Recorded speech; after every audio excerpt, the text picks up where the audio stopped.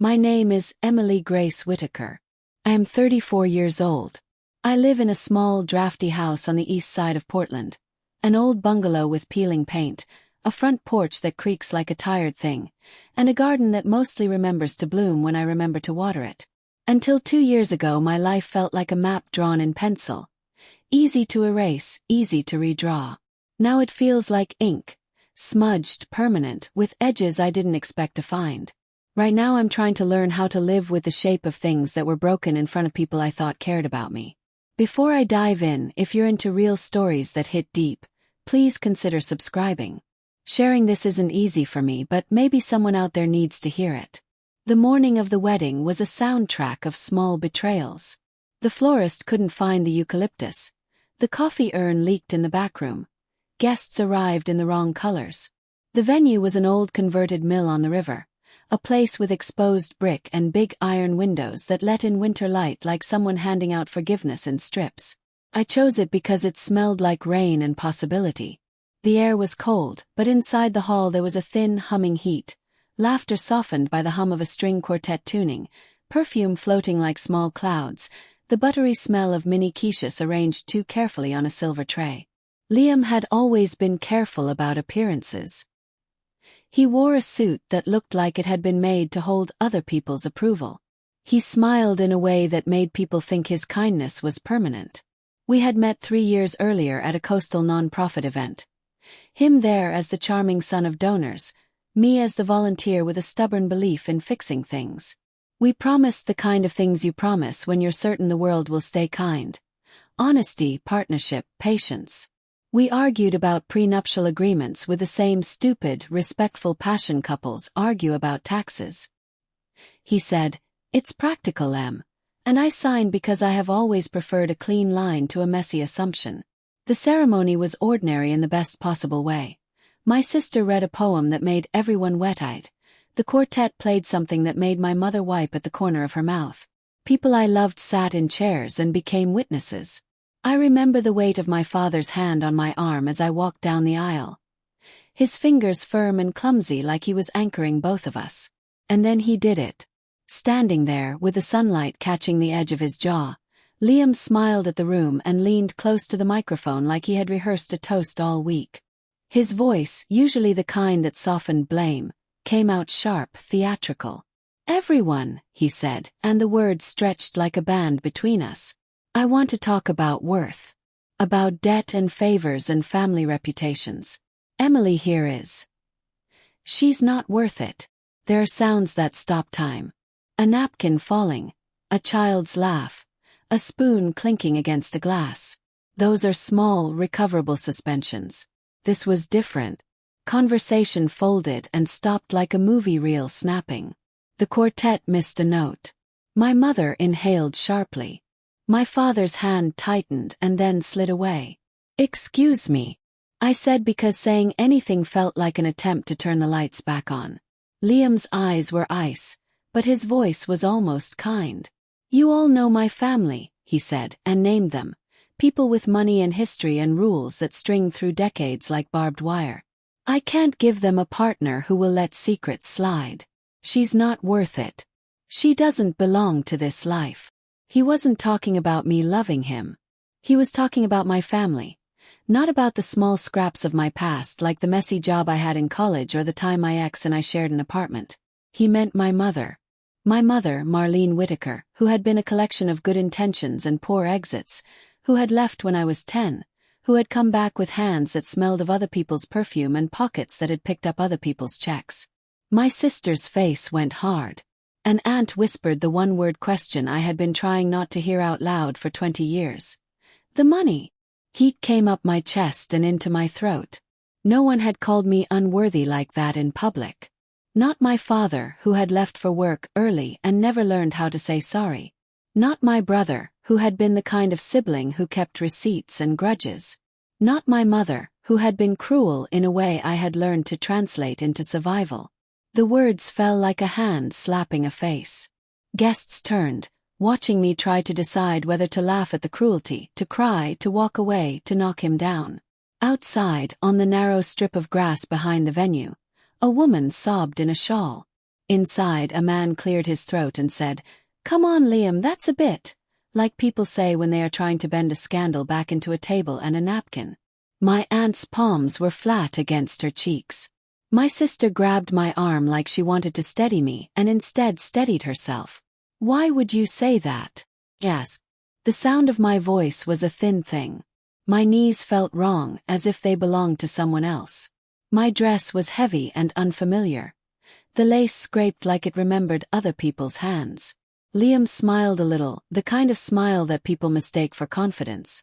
"Because," he said, "I can't be the son who bridges dirt for a family that owes debts.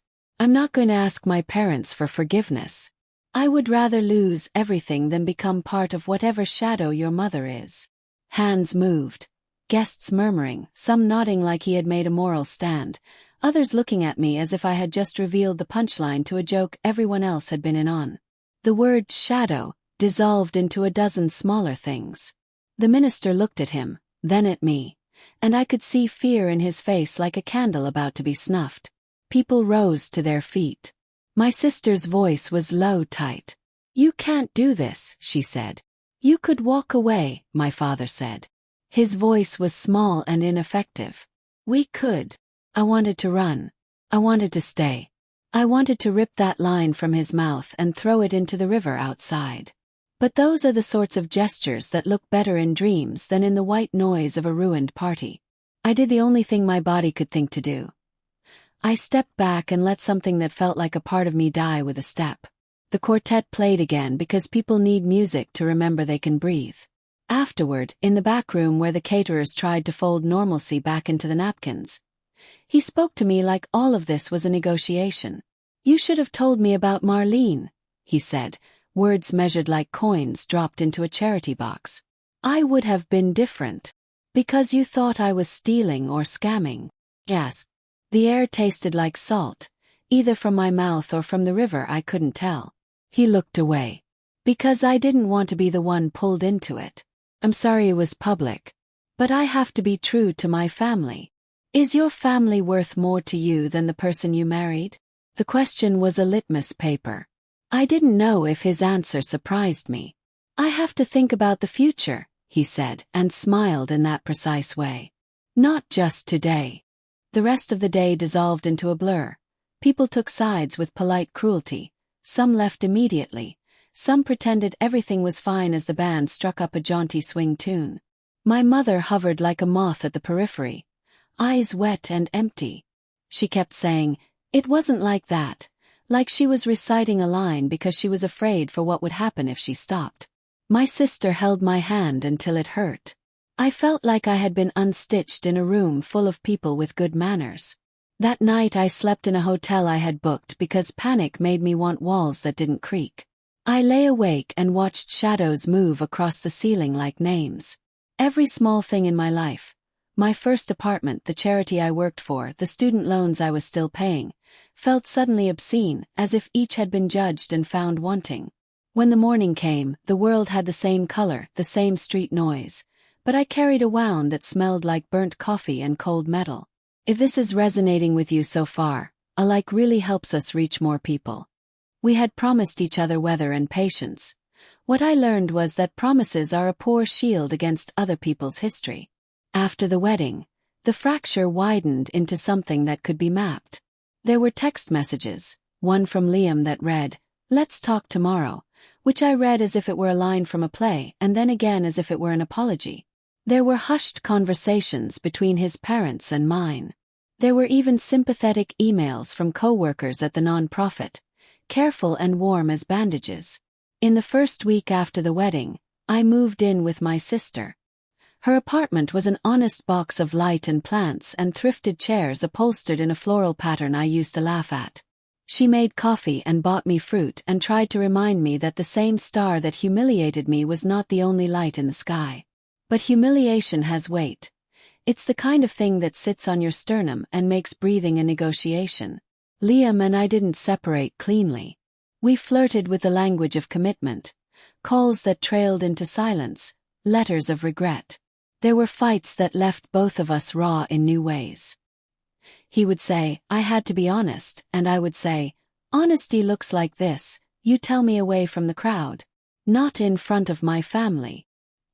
He would say, I couldn't continue pretending, and I would ask, pretending what? And the answers slid around like coins on a wet table, too slippery to hold. I started to look at my past the way you might examine a room after a flood. There was the account of my childhood. My mother, Marlene, always a headline back before I learned to hide headlines under sweaters. She'd been a bright woman with a laugh that could light a room, but she also had the knack for taking more than she left. When I was young, bills came due in strange ways. Deposits were late. Friends of my mother turned up with complicated stories. We ate cereal for a month the year my father refinanced the house. I learned to make do with what was there and to carry the shame of less than like a coat. But there were other things too, people in my life who held steady. My sister Maya, who worked nights as a nurse and came home in the morning smelling like antiseptic and cheap coffee. Mr. Carson, an old man from the neighborhood whose roof I used to help fix. He taught me to say thank you before anyone else could interrupt. There were debts repaid in small kindnesses, a mosaic of favors and quiet loyalty. What I didn't know then was how much Liam's family watched, the way hawks watch poultry. The Carters have a foundation and an email list and an economy of influence. They talk in appointment books and have opinions that translate into bank transfers. Liam's family wanted to keep their line clean. My mother's past was something they saw as a blemish, a risk to their place at the table. That was the thing Liam was protecting. Not me. Not us. Sleep became a scarce currency. I woke with that animal feeling in my stomach. Cold, a dry-throated worry that made the floor feel like a trap. Sometimes I lay in bed and counted the things I might have done to deserve such a spectacle.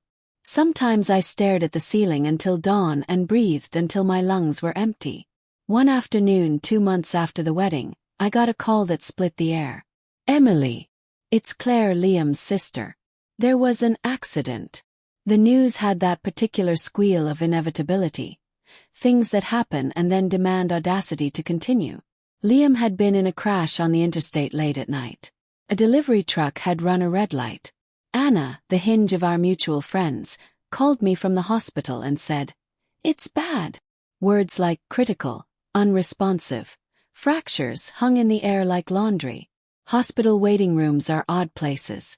They smell like disinfectant and bad coffee. People in them become a taxonomy of waiting. The stoics, the pacing ones, the people who sleep in chairs and wake as if nothing had happened. I sat there and learned more details than I wanted. The family smoothed their faces into masks of control. His mother shut down like a lamp. My mother came in, feet shuffling, eyes bright as if she'd been given a page of new lines to learn. You learn a lot about people in a hospital corridor. The Carters were precise. Who to call, who to notify. My family brought casserole and apologies folded like napkins. I felt like a paper boat, bobbing in a current I hadn't chosen. When Liam died 2 weeks later, an embolism after delayed surgery, the doctors said, the floor of my life dropped out. Grief is a strange animal. For me it was a combination of cold disbelief and a raw, bright anger. The first time I stood at his graveside, the earth smelled like rain and something older, like the reek of places that remember when names were given and taken. People told me I should be devastated. Some people seemed disappointed that my grief wasn't theatrical enough. I didn't feel the kind of sorrow that fills movie scenes. I felt like a hollowed-out thing that had been emptied and left to catch the rain. The funeral was a catalogue of people who had been spectators during the wedding scandal. Some approached me with condolences practiced like a script. Some avoided me like a contagious rumor. A close friend of Liam's, Mark, caught my hand and said, "He loved you." "Did he?" I asked, and the word cut like cold glass. A month passed and paperwork rose like small, indifferent mountains.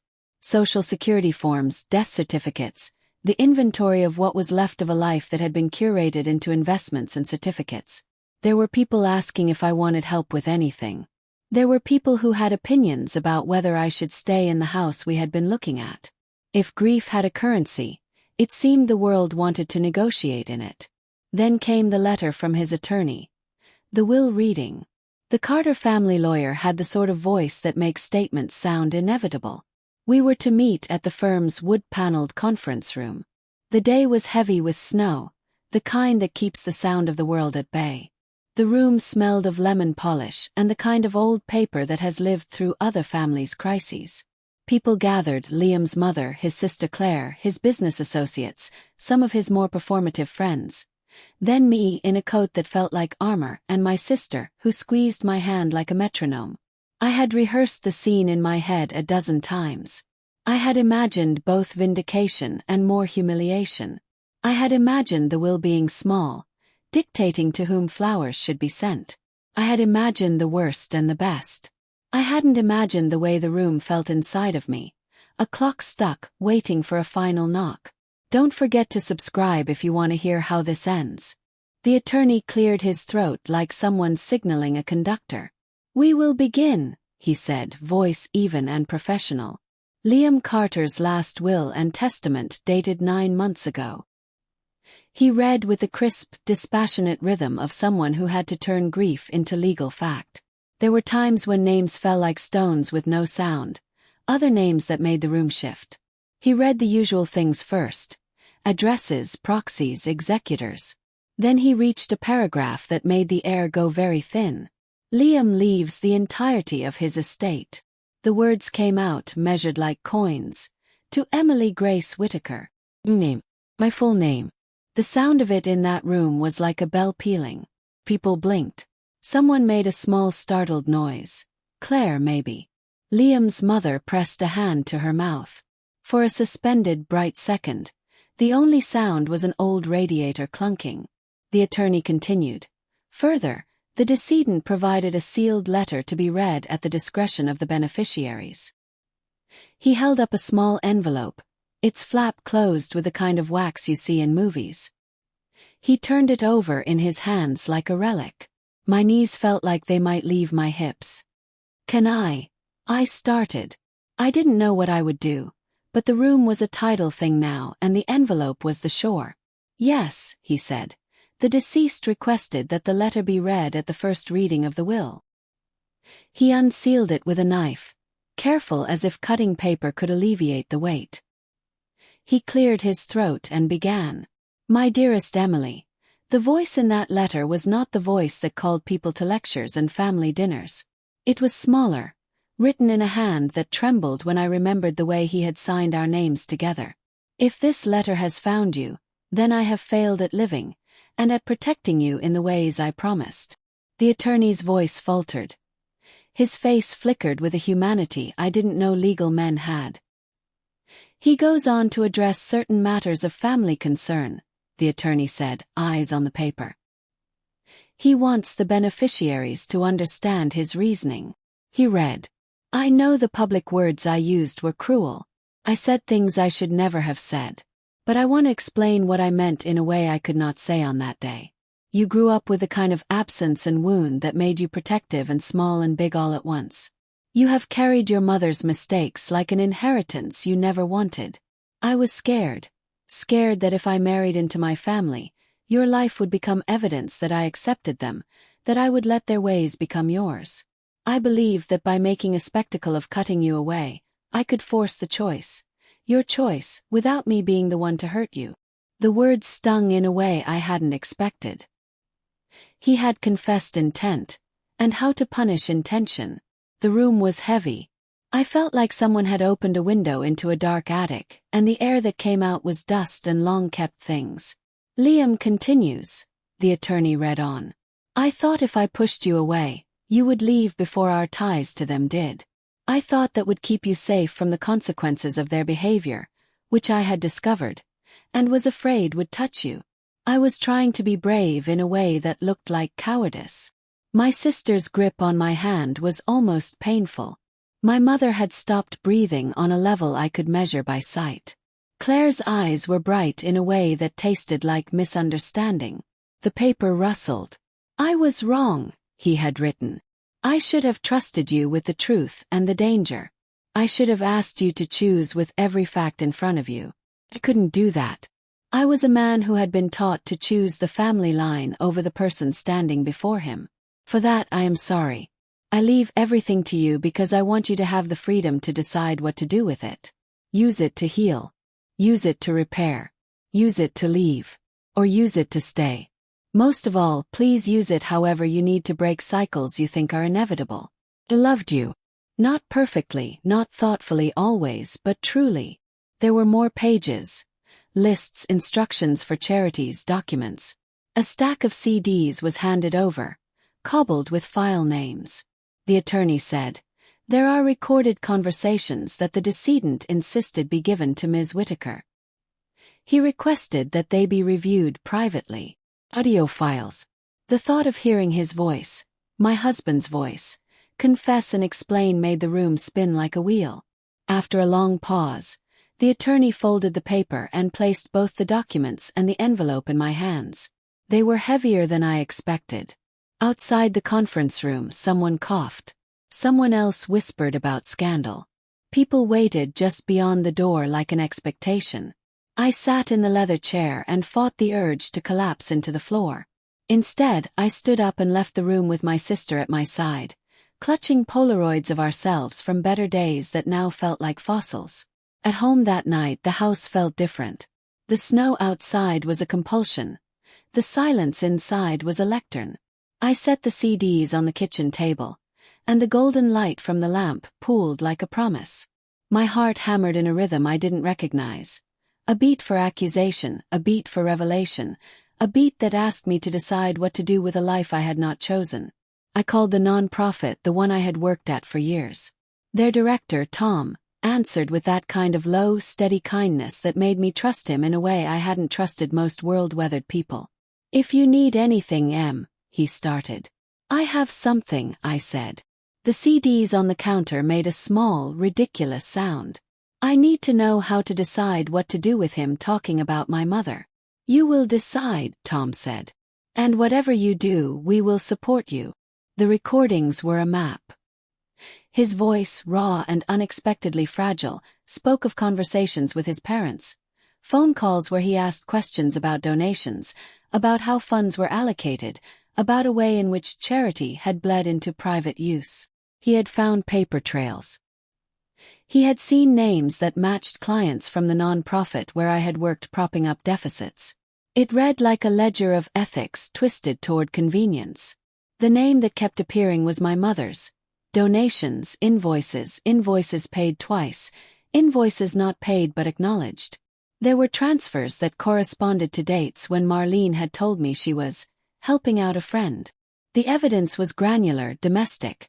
Spreadsheets, emails, bank statements that smelled like ordinary life until you saw the pattern. As I listened, the room seemed to tilt. There was a fact-making force in the world. Paper, numbers, the sound of a person's voice on a recording. And it was telling me what I'd suspected in a way that was both vindicating and catastrophic. Liam had tried to cut me loose because he thought my mother's past would become mine. He had been right in one sense. My mother's actions had touched the organization I loved. But he had been wrong in another. Cutting me off publicly did not free me from responsibility. It put me alone with it. And now he was leaving me the resources to do something about it, or to do nothing at all. I cried then, not only for the man who had called me worthless and who had tried, in his flawed way, to be brave, but for myself, because the decision ahead was no longer theoretical. It was a ledger, an inheritance, a tool. If this is resonating, has something like this ever happened to you? Feel free to share in the comments. I'm reading everything. There are moments in a life when you realize that the choice between what is easy and what is true is not a question of courage so much as a task of sorting through the debris. I had the money, the records, and the moral fog. I had Liam's confession, that he had feared the pull of his family and attempted, disastrously, to make me leave in order to prevent me from being tainted by an inevitability he presumed to know.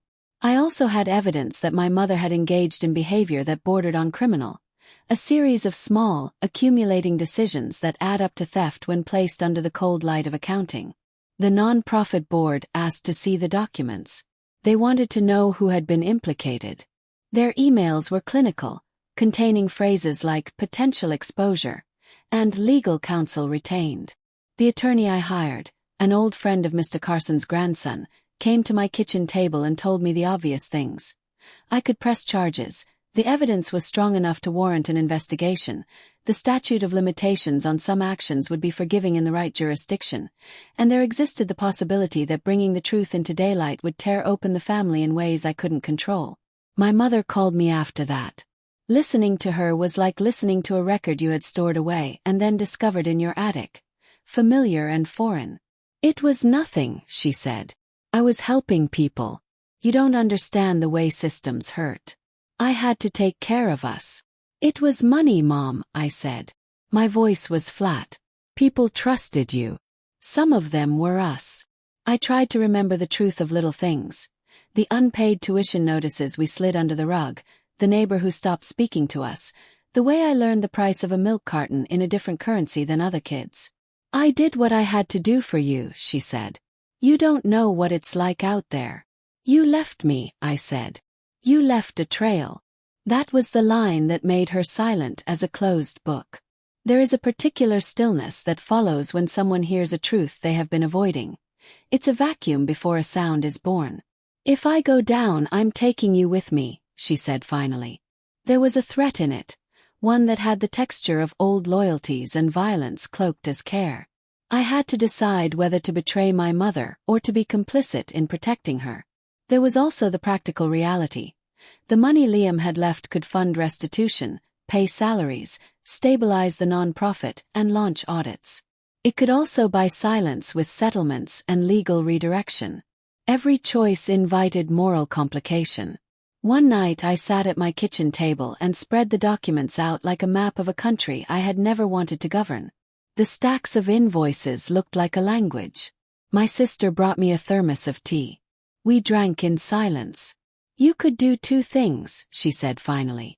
"You could do right by the people who were hurt. Or you could keep the secret and save Mom. Maybe Mom doesn't get what she did. But those people still get hurt. What if I expose her and I lose her?" I asked because this was not a rhetorical question. Losing someone you love to truth is a different calculus than losing them to death or to absence. This loss is the slow kind, legal and shining. "You already lost her the day she left," Maya said. "But that's not for you to punish her for. It's for you to decide how you answer." The decision simmered. For days I vacillated between a moral clarity I could not afford and the cheap shelter of loyalty. The non-profit suffered in public as rumors leaked, some drunk at funerals, others planted by malicious parties. I slept badly, the kind of insomnia that makes your limbs heavy with small, unimportant tasks. I woke with a nausea that felt like the finality of choosing. Finally I made a decision that looked like neither bravery nor cowardice, but like whatever lived at the intersection of consequence and compassion. I went public, but not in the way the Carters had. I called the board, packed a folder for the prosecutor, and arranged for a private conversation with my mother. I told her that I had evidence of her wrongdoings, that I would be filing it with the district attorney, and that I would do everything in my power to make restitution to those hurt by the non-profit's finances. I told her I had the resources to fund that restitution and to protect the employees who had been blindsided. There was a long, wrenching silence. Then, "You can't do this," she said. "Love can sound like a command when it is wrapped in fear. You'll ruin us both." "No," I said. "I won't ruin us both. I'll try to fix what you broke. I won't let it be hidden." That decision meant living with her fury and her shame. It meant her turning away and then, after a few weeks, her coming by my house to drop off a plate of cookies like an offering. It meant my brother sending me a text, "Are you sure?" and my sister replying, "She is." It meant people at the non-profit who had trusted her looking at me with a combination of pain and gratitude. The DA opened an investigation. My mother was charged. The public reaction was brutal. Old neighbors declaimed at meetings, past clients showed up at hearings, and friends who had once whispered defenses turned away. At her first arraignment, she looked small and ragged, like a mannequin knocked over. She said little. In court, she pleaded guilty to some charges and negotiated others away. The restitution was heavy, but the funds Liam had left served as a foundation for repayment. We set up a program for those who had been affected, wage recovery, counseling, legal assistance. People came forward, sometimes with angry tears, sometimes with a grudging relief that comes with being heard. In the months that followed, the non-profit stabilized and then grew cautious wings. We hired an auditor, restructured leadership, and instituted transparent donation practices. The community watched like a jury. Some neighbors accepted the new programs and moved on. Others stayed angry, as if saying nothing was easier than saying forgiveness. What no one could fully map was the internal weather I lived through. I had made a choice that felt like cutting into both my childhood and my future. My mother was convicted to a degree and given community service combined with restitution. She was angry at me for much of the time that followed. She called me reckless and cold. Sometimes her voice was small and begged for my presence in ways that made my chest ache. I visited her once in a community center where she was serving a sentence of sorts, hours of work restoring donated clothes. She was older, smaller, thinner than the version of her I had loved and vilified. We sat on a bench and the air between us felt like a thing we were learning to wade through. "Why did you do it?" asked finally. "Because I needed to feel powerful when everything else made me feel invisible," she said simply. There was no apology there that would redeem everything, just a human, blunt explanation. "I needed you to be better," I said. "Not for me, but for yourself." In that small exchange there was no grand closure. But there was something. The realization that trauma is a lineage, patterns passed like heirlooms, and that breaking it requires both the force of truth and the patience of repair. I used the money Liam left not to consolidate power but to seed accountability, training, restitution, counseling. I set up a scholarship in his name for young women from our neighborhood who were trying to go to school. I used his money to buy me a small piece of land out of town, a place with a shed, a garden, and a view of the river where the light breaks in ways that do not demand anything from me but to look. I had, in a sense, chosen a way to hold both his failure and his later attempt at amends. Some nights I lay in bed and listened to the recordings of his voice admitting cowardice. His last words on one track, "I thought dismissal would protect you," made me cry for the boy who had been taught to protect by exclusion and for the man who realized too late what that meant. If this is resonating with you, if you've been in a room with a truth you didn't want to speak, please share. It's small comfort, but our stories matter. Time has a way of softening and sharpening at the same time. 2 years after the wedding that was not a wedding and months after the will reading that reoriented my life, I stand in my small garden with a shovel in my hand. The river beyond my property glitters like a ledger opened wide. There is a sense now of being grounded, literal and figurative. The house is mine in a way I pay for, but also in a way that feels like permission. The fallout was long and litigious in parts, tender and redemptive in others. My mother served her sentence, did her hours, and in some strange, practical way, began to learn how to repair. She started by volunteering at the same thrift store where she had once laundered goods. She wrote letters to people she had wronged when the system required it, and sometimes when it didn't. She was awkward at apology, but she showed up. I forgave in parts. Forgiveness is not a single act. It is an inventory I keep and add to without expecting neat packaging. Some people called me noble. Some said I had sold out. I learned to hold both. Claire, Liam's sister, reached out months later. She sent me a handwritten note that said, "He didn't know how to do right, but he knew when he had failed. I'm sorry for the way he hurt you. He loved you." The will was his last clumsy attempt at fixing what he broke. She came to a community event our nonprofit hosted, and we stood in a kitchen making sandwiches for people whose names I would never know. There was no easy reconciliation. Some things can't be smoothed with a casserole or an apology, but there were moments where simple human presence mattered more than legal victories.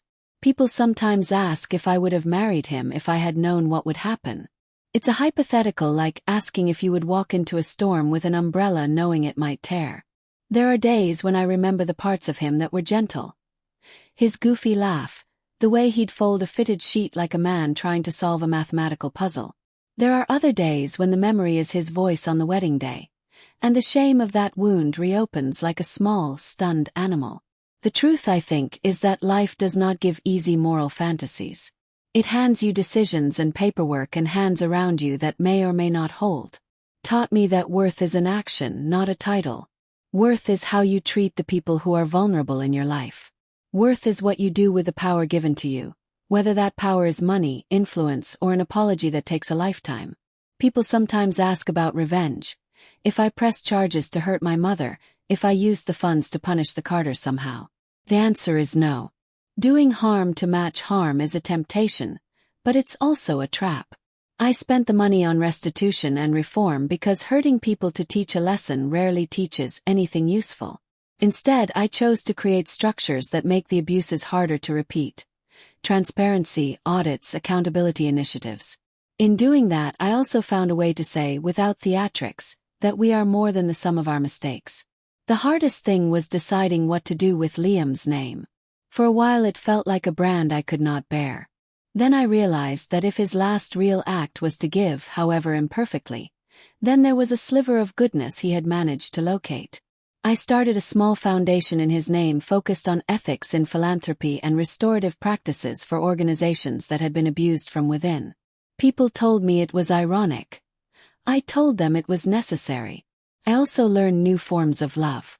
I started seeing someone, Jonah, who makes bad jokes about gin and has a pair of hands that are clumsy with affection. He is not a fix or a replacement. He is a person who listens. He comes to the garden and helps me plant beans. He reads the letters I keep in a box and never makes me explain things I know are too heavy to retell every day. He laughs at the way I still flinch when someone uses the word worth in a public forum. Maya and I repaired the thing between us that trauma had frayed. She married a man who loves her like a constant sunrise. My father began to speak in ways he never had before. Slowly, like someone learning how to say something gentle when he always said things that needed to be fixed after. He takes my mother to appointments sometimes, shuffling along like a man who has learned that being present is a form of courage he never assigned himself before. The garden yields beans and tomatoes and sometimes, if I am lucky, peaches, the kind that taste like memories of a childhood that had its sunlit corners. I sit on the porch at dusk sometimes and think about the day someone said I was not worth it. It does not sting like a fresh wound anymore. It sits in my chest like a scar that once pulsed. I am neither wholly healed nor wholly broken. I am a woman who chose and through the choosing accrued small things. A scholarship in the neighborhood library, a repaired non-profit, a mother who sometimes calls to ask for a recipe and means it. If you've stayed with me this far, thank you. Stories like this are hard not because they are dramatic but because they are intimate, because they are true in a way that asks questions about responsibility and love. Before I go, here's one small thought I have wanted to carry like a banner. Truth is noisy, and it is also a kind of mercy. It might destroy things that were built on lies, but it also gives you the chance to build differently. Has something like this ever happened to you? What did you decide in the end? I read everything people share. If you want to hear more stories that are messy and real, please subscribe and come back. We do this because the stories teach us how to survive our own. At the river one autumn, I bent down and found a smooth stone and placed it on the bank. It was not a tombstone. It was simply a stone, a quiet witness. I said his name once, not because I had forgiven him entirely, but because saying the name out loud allowed me to keep walking.